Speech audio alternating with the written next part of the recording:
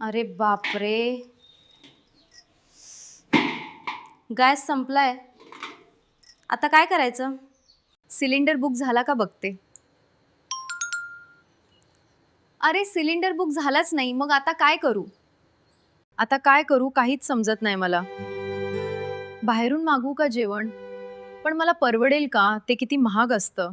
घरात कमवणारा एक आणि आम्ही खाणारे 4 आहेत.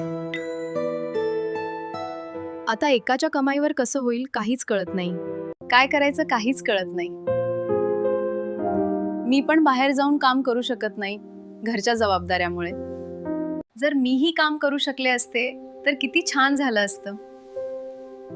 घरात थोडाफार हातभार पण लागला असता.